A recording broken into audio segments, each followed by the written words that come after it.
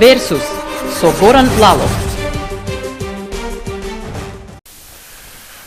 Версус на Канал 8 во неформална атмосфера за синдикалното организирање состојбите во медиумската сфера, драматичниот пат на слободата на медиумите со еден од многу препознатливите телевизиски ликови со голем професионален габарит, Боријан Јовановски. Добар ден, добре ден во емисијата. Јовановски, според извештајот на Freedom House, Македонија пада на 134-то место според слободата на медиумите. На куса генерална оценка на што се должи овој драстичен пат? Овој драстичен пат се должи на она што го сведочиме секој ден и она што се случува во медиумите. За жал, очигледно е рушењето на сите принципи на пазарната економија во сферата на медиумите. Пазарот повеќе не постои, владата го превзема, ако можам така да кажам, пазарот со тоа што е главниот огласувач во медиумите и со тоа што на некаков начин, не можам ни да го објаснам ни самиот каков, се наметна една, да речам, психоза, еден страв кај огласувачите дека доколку огласуваат во известни медиуми, дека тоа може да има никакви консеквенции по нивните бизниси, така што самиот бизнис едноставно се исплаши од медиумите, иако е многу природно бизнисот да е ориентиран, односно неговите маркетиншки политики, стратегии да се ориентирани кон медиумите. Тоа е, медиумите се еден битен сегмент во тој целиот комплекс на таа пазарна економија. Тоа е едно, второто е вака видно изразеното ниво на автоцензура кај новинарите и конечно може да она што може да го забележите на главните мејнстрим медиуми, едноставно вие повеќе немате друга вистина. Има една вистина која се пласира, сето друго што не се согласува со таа вистина е изложено на, како да кажам, не знам тоа повеќе како да го наречам, на еден говор на омраза, на една сатанизација, на дискредитација. И конечно, она што е најприродно, една од основните работи на вокации на медиумите, императив на нивното постоење е да презентираат различни ставови, да ги соочуваат тие различни ставови, а вие многу добро знаете дека во Македонија одамна исчезната секоја форма на дебата. Ние бевме сведоци на изборен циклус, не знам кој поред, каде што немаше едноставно никаква дебата. Сите поголеми медиуми во Македонија е очигледно дека работат под контрола на еден центар политички, еден текст се објавува на еден од медиумите, потоа тој се шири буквално истиот копи-пейст на сите други. Така што тоа е видливо, како ви кажам, од авион.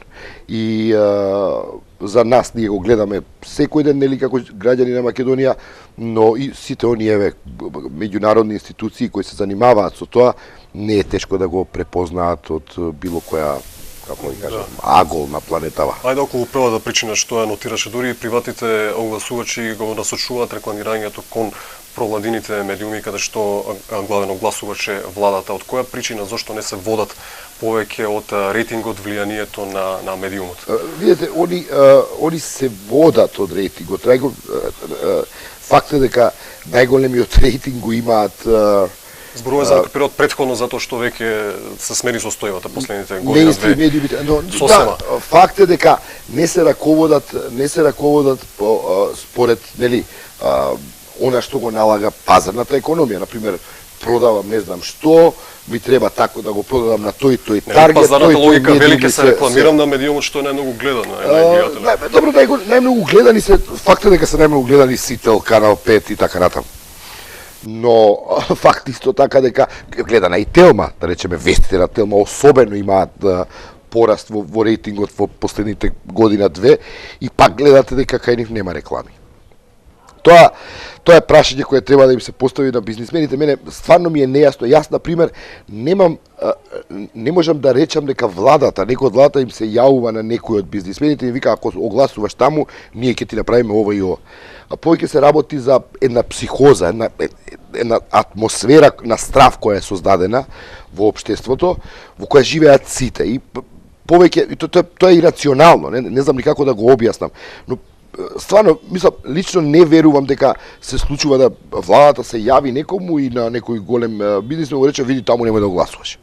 Бидејќи не знам што. Има консеквенции по нив, што вели искуството?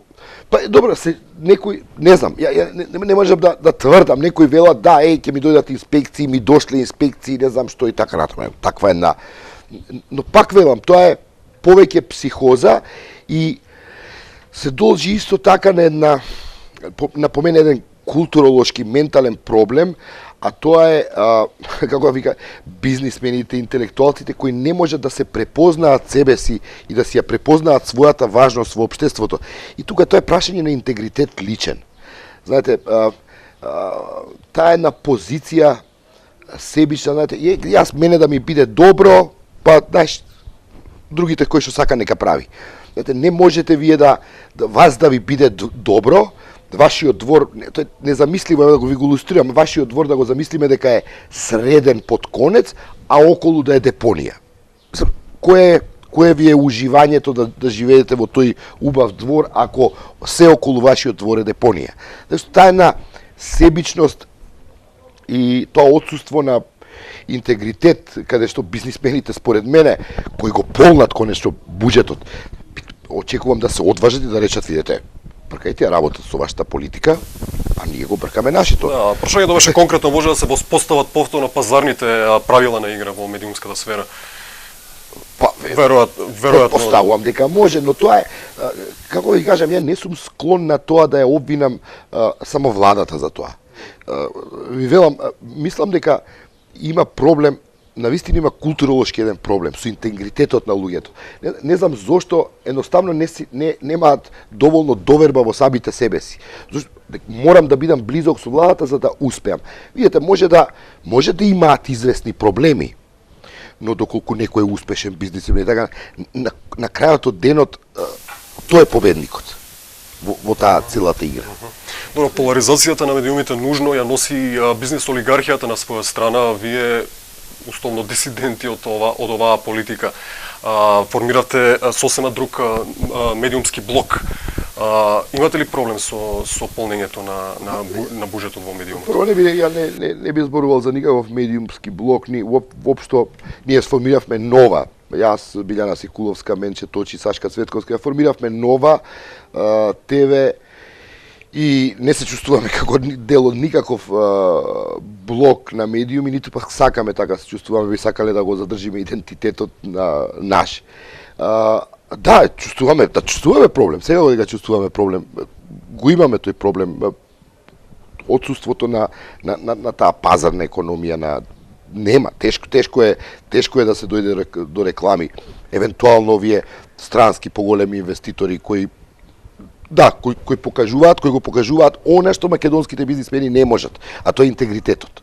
Кажуваат да ние сме овде на пазарот и ние си бираме кај сакаме да рекламираме. И во таа смисла, пречка во однос на нови медиуми, класични медиуми, можеби од таму. Како?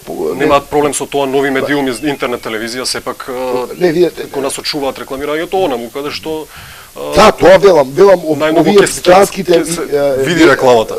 Странските инвеститори, поголеми брендови што да не ги именувам сега, препознатливи се во јавноста, они го немаат тој проблем да речеме. Едноставно го немаат проблем, се одважуваат и си бркаат работа, односно ме интересира нова ја читаат тие, рекламирам не знам таков пакет, ова го чита ово и тоа го објавувам таму и така натаму, значи се водат од принципите на пазарната економија, од принципите на или го базираат врз база на некакви стратегии маркетиншки кои се базирани на тој принцип на пазарна економија.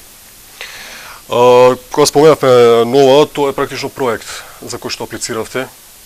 Да, добивте работи веќе известно време, остана и проектите на кои што работите претходно во А1 конкретно, твојот Еврозум. Еврозум, да, сега студио нешто, пандан на Студио 2 од претходно од А1 телевизија, голем дел од екипата која што беше Да, во поранешната А1 телевизија. Како се снаоѓате? Успеавте ли да го задржите влијанието? Еве зборувавме за личниот интегритет, она што го имавте вие со вашиот професионален интегритет. Сигурно дека не успеавме да го задржиме влијанието, затоа што едно е кога работевме на А1 која имаше на вестите 500.000 гледачи, а друго е кога работите на интернет.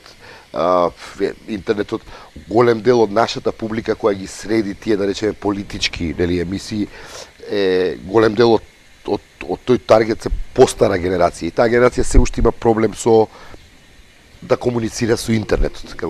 Така што факт е дека далеку од тоа да го имаме ние влијанието кое сме го имале кога сме работеле на А1. И морам да ти признам, тоа ме изненадува што нивото на како да кажам, омраза буквално и таа кампања која се води против нас перманентно. Јас верувам дека кога се затвори А1 телевизија, дека едноставно А1 телевизија беше една голема зверка, како да кажам. Се закопаа се кога ќе се затвори А1 телевизија, дека едноставно барем ќе не остаат на рад да се снајдеме, како знаеме и умееме. И ние стварно се снаоѓаме како знаеме и умееме. Наистина ни е многу тешко во овие времења. И со оглед на влијанието кое го имаме, велите со такво влијание, и со такво влијание се обструира работата. Да, кое е минорно во однос на влијанието кое сме го имале како новинари во А1, и повторно да бидеме изложени на тие дискредитации, на манипулации, на лаги кои се пласираат во однос на нас. Тоа навистина не можам да го сватам. Тој некаков комплекс на инфериорност кој постои кај тие така наречени некои колеги од овие медиуми во однос на нас. Мислам, знаете, имаат се по провладините. Се имаат, сите телевизии ги земаат, сите пари ги земаат на овој свет. Ние сме во некој ќоше каде што буквално преживуваме. И ти понатаму да со толкава негативна енергија тоа да се обраќаш кон тоа. Стварно не можам да го сватам. Единствено толкување ми е дека се работи за исклучително еден комплекс на инфериорност во однос на нас и не знам што сака физички да не снемаме. На притисоци на интервенции во уредувачката политика. Па не знам, вие сте сведоци, ја не ви сакам да цитирам. Не ви сакам да цитирам, не знам колку пати спомнато ми името мое и на некои од другите колеги, тие вакви, тие такви, не знам, платеници, не знам, ова, не знам, на тони на лаги во однос на нас, кои ги пласираат тие големи медиуми. Како да ви кажам, од една страна ми брија, бидејќи и се уште ми обрнуваат внимание, иако сум јас во глувчешка дупка. Само не можам да сватам потребата од тој тип, ја можам да сватам потреба да полемизирам, може не се согласуваме. Јас најлегитимно е секој медиум да има своја уредувачка политика, свој став по многу прашања. И немам против да излегуваат со ставови кои се контра на нашите ставови. Но говорот на омраза, навредите, лагите, манипулациите кои свесно се прават, тоа не можам да го разберам. Не можам да го разбирам, бидејќи не ќе да верувам дека живееме во една таква јавна комуникација која не доликува по ниту една перформанса на една цивилизирана општествена јавна дебата. Јас разбирам, може да разговараме. Поддржувај го ВМРО, не го поддржува, јас го поддржувам заради ова, ти не го поддржуваш заради она. Но дај да соочиме аргументи и да дебатираме, баш убаво. И треба да не има да мислиме различно. Зошто сите би биле против владата или зошто сите би биле за владата, на крајот од денот. Тоа е убавината, тоа е играта на демократијата во која уживаат вистински демократските развиени земји. Нема да застане, мислиш, ова контрола на медиумите целосна, да се остават и порталите или ќе се оди тие да се стават под капа на агенцијата? Според она какви се трендовите, навистина не гледам индиции дека и покрај сите критики од меѓународната јавност, институции меѓународни, политички, неполитички, било какви, таа кампања продолжува, тие политики на на оневозможување на секое поинакво мислење продолжуваат, така што за жал не можам да видам индиција која би ми дала надеж дека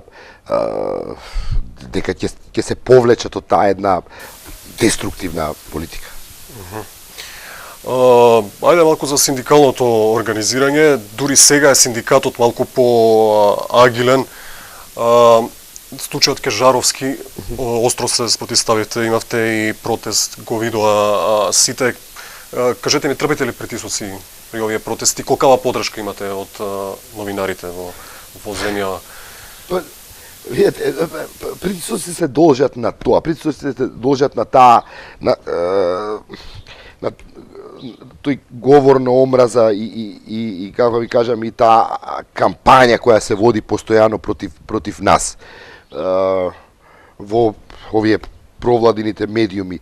И тоа е една, како ви кажам, поеќе една психолошка војна. Можам да кажам на известен начин сум создадов имунитет кон тоа, но не можам да кажам дека ми е седно. На крајот од денот сепак повредува. Ние имаме деца и така натаму. Тие деца слушаат од другите деца кои родителите дома говорат, овој рекол за овој, овој. И знаете, не е убаво, не е убава атмосфера. Така, во тие притисоци се во таа форма.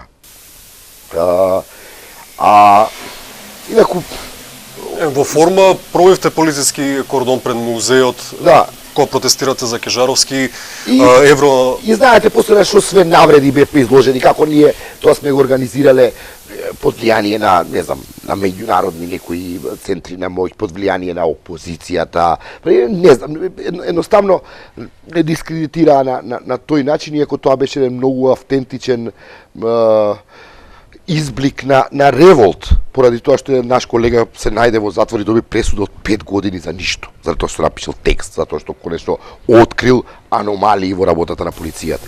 И тоа беше, ние навистина се обидовме... Успеате да се изборите, тој протест беше веројатно пресуден. Па да, тој протест доби гласност во меѓународната јавност и меѓународната јавност изврши сериозен притисок. Од спротивната страна на Вардар, евроамбасадорот.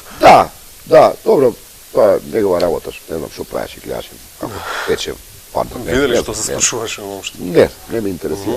Битно е што мене ми е многу драго што колегите од Европа, новинарите од Европа и од светот покажаа солидарност со нашата кауза, да речем. За тој изолиран случај само? Не само за тој изолиран случај, и за некои други случаи, како што можете да прочитате, што ја не знам, имаше повеќе пати реагира и Репортери без граници, и Freedom House, и Amnesty International и така. Формиравте некој бенд социјална, соберете некои парични средства за солидаризација со колегите Кежаровски, куп колеги кои што губат работи, добиваат половина плата или работат прекувремено без соодветен надомест. Кажи ми каква е поддршката, го продававте тоа CD кој што го издадовте под символична цена, чинам 200 денари. Тоа е наш придонес, како ви кажам. Целта на тој бенд е тоа е волонтерска наша работа. Се најдовме неколку луѓе кои сме новинари, кои порано сме се занимавале со музика, знаеме да свириме по некој инструмент. Од љубов кон музиката и од љубов кон професијата, но пред се од љубов кон и од желбата, водени од желбата да ја промовираме солидарноста, бидејќи, знаете... Најдувате ли веднаш на добра воља или можеби новинарите кренале раце? Трајно? Јас лично сум малку разочаран, морам да ви кажам, што колегите тоа не го прифаќаат на тој начин. Има одгласи, но не знам што да кажам. Знам, она што знам е дека на Еснафот му е потребна солидарност. Нема влада што ќе ви помогне да се подобрат состојбите во новинарството. Не ова, не друга, не некоја за 100 години, ниедна во светот не седнува на седница на влада и кај што става на точка на дневен ред, ајде сега да им помогнеме на новинарите. Тоа не постои. Новинарите треба себе си да знаат да се организираат, треба да бидат солидарни кон едни со други, да се обединат околу етичкиот кодекс на професијата. Бидејќи знаете, уредувачките политики се право на секој, но етичкиот кодекс е единствен. Не постои друг етички кодекс. И потребно е обединување околу тој етички кодекс. Кога тоа би се случило, кога ЕСТАФот би можел да демонстрира такво едно единство, да се обедини околу етиката на професијата, во тој случај било која влада не би можела да се однесува на овој начин на каков што се однесува сега кон новинарството. Затоа јас сум склон многу повеќе да не обвинам нас самите, отколку што би обвинил владата. Се разбира, ова не доликува на владата да го прави една влада која претенди за клиентелизам. Клиентелизам, како ви кажам, полтронство, едноставно, што знам за некои си јадни плати да работат по 10 сата, да работат прековремено и при тоа да им се јавуваат на телефони да им речат сега пиши ова и ова, исплюкај го овој колега, исплюкај го оној, без при тоа да имаш било какви аргументи, без било какви елементи во твојот производ новинарски кои треба да бидат кои ти ги бара тој етички кодекс на новинарски. Така што од тука беше и таа потреба оваа акција на наша репортерс. Тоа е нашата порака. Дека треба да се обединиме. Знаете, ете го случајот Кежаровски тоа го покажа. Во моментот кога покажавме едно единство, кога јасно го демонстрирав,ме нашиот револт, владата на известен начин, мора да признаете сите, прво го добивме вниманието на меѓународната јавност, потоа владата се најде во една незгодна ситуација, во која, знаете, тоа резултираше со тоа што Кежаровски е денеска во куќен притвор, за жал се уште во притвор, но мислам дека тоа понатаму ќе резултира со тоа што тој закон ќе мора да се промени, тој закон не држи вода. Така што со една мала демонстрација на единство и на една солидарност, резултатот беше видлив. Но повторно од истите колеги, барате солидарност од колеги кои што пишуваат еден друг. Да, јас не барам од колегите, например, од Сител или од каде, они да ја сменат. Они слободно можат да имаат уредувачка политика која ја поддржува владата. Јас навистина немам проблем со тоа. Легитимно е да имаш уредувачка политика продесничарска, пролевичарска. Тоа е да го ориентираш медиумот во рамки на известен вредностен систем. И левичарски идеологија, десничарски идеологија, како сакаш. Но при тоа не смееш да ја силуваш етиката. И професионална новинарска, но и онаа која е долична за некои цивилизацијски стандарди. Да, Јовановски се сложи со мене дека порано, веројатно дури кога се употребувале манипулативни спин техники или пропаганда, се внимавало барем да се задржат тие минимални професионални принципи и стандарди. Денеска имаме објавување на вест, поправо стигнува демантот во провладините медиуми, отколку да се објави вест дека нешто се случило. Тоа е смешно и прозирно, сите име јасно тоа. Вие мешање на информативни и аналитички жанрови. Не знаеш дали е пародија или се навистина вести. Стварно добива едни пародични димензии целата таа работа. Што тоа има изгубено секаква врска со новинарството и етиката на таа професија. И тука е таа забуна. Никој нема против, биди провладин. Ама, на што личи, например, мене ми е просто незгодно на вашиот медиум сега да ја да цитирам зборови кои се употребуваат во текстови, колумни, на поединци, кои не би сакал ни да ги именувам, а кај кој премиерот и председателот одат на гости редовно. Тоа е да Блаже Коневски, Петр Ангреевски се превртуваат во гроб. Денеска е 24-ти, славиме Кирил и Методи, луѓето кои имаат донесено писменост. Оваа земја е стварно има со што да се гордее. На што личи воопшто тој јазик? Да, поради што според тебе дојде ако јас не согласувам со тебе, зошто не би ти кажал, види, не согласувам заради ова и ова, уместо ти го кажам тоа така, зошто би ти кажал, види, и сега да ти наредам цовки, низа, зошто? Зошто? Тоа е она што ме пуди. Атрибути заради што според тебе дојде до вакво паѓање на нивото на јавната комуникација. Оваа безпоштедна битка до Затоа што истрпување. она што беше образуван новинарски кадар, едноставно се истисна од медиумите, се трна на страна и во тие мејнстрим медиуми се внесоа некои луѓе кои никогаш порано немале никаква врска со новинарството. Тоа е како да ви кажам. Не, останаа некои од тие, се смени уреднувачката политика, останаа да работат во сосева поинакви услови. Но зошто таков пат на нивото на јавната комуникација, на јавниот дискурс? Да бидам искрен, и за мене е тоа прашање на кој барам одговор. И јас би сакал, например, да можам со некој од тие колеги кои условно, нели, биле новинари, би сакал да можам да ги прашам, би сакал да имаме таква атмосфера во државата, кога седнеме на дебата, да ги прашам што се случи со вас. Да, некоја сум ги прашувал и би кажувале, знаете, ја имам фамилија. И ја имам фамилија. Но не би сакал на таа фамилија да ја оставам, повеќе би сакал на таа фамилија во наследство на тие деца да им оставам чист образ, отколку да им оставам неколку илјади евра кои сум ги заработил валкајќи си го образот. И се тука е тоа прашање на интегритетот. Добро, зошто барем не се замачка очи еве новинарските здруженија, барем да реагираше советот на Честа, еве случајот што него вака ја минувавме претходно, барем да излезе со морална оценка. Или заради тоа што и новинарите се веќе поделени во две здруженија? Јас си кажам, за мене е многу поголем проблем интегритетот на самото новинарство, на професијата, и тие проблеми внатре во професијата, колку што е проблем владата. Во таа смисла јас сум многу склон да го критикувам и ЗНМ. Знаете како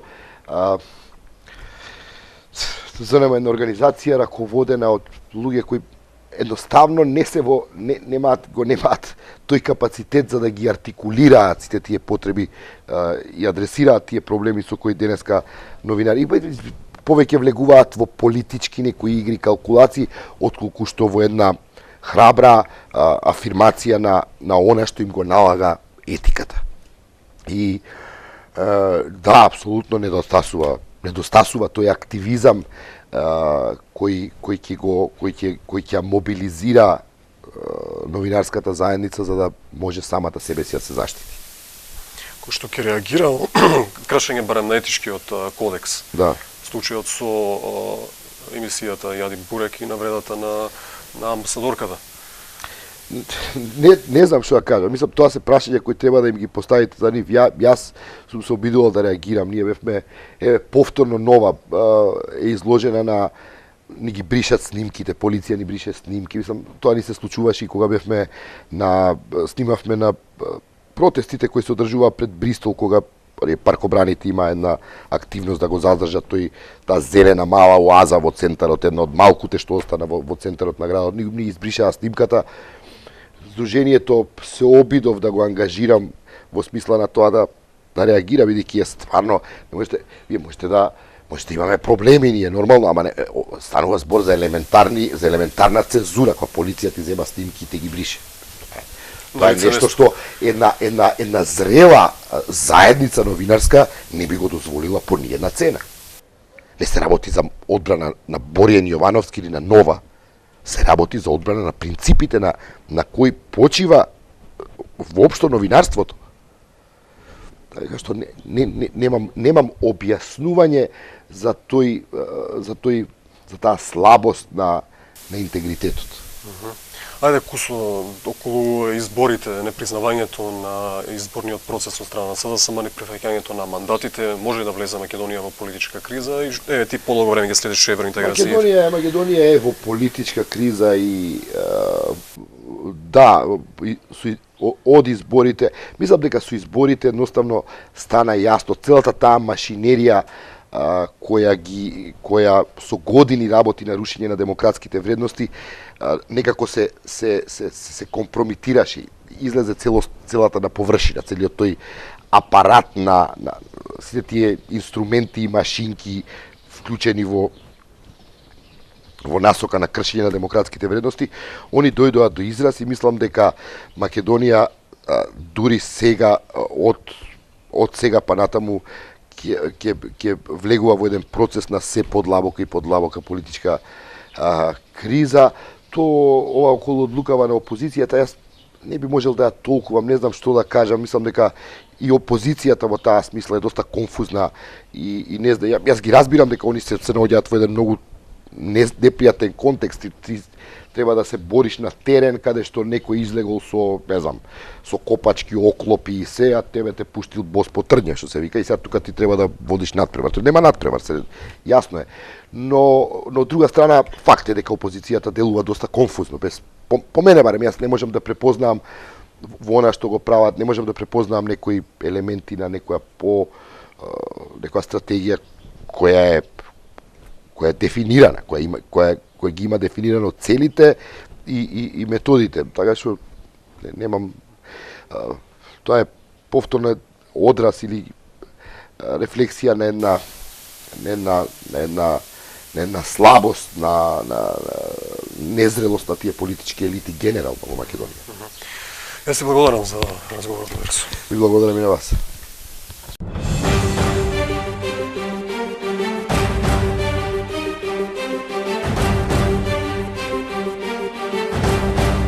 Версус со Горан Лалов.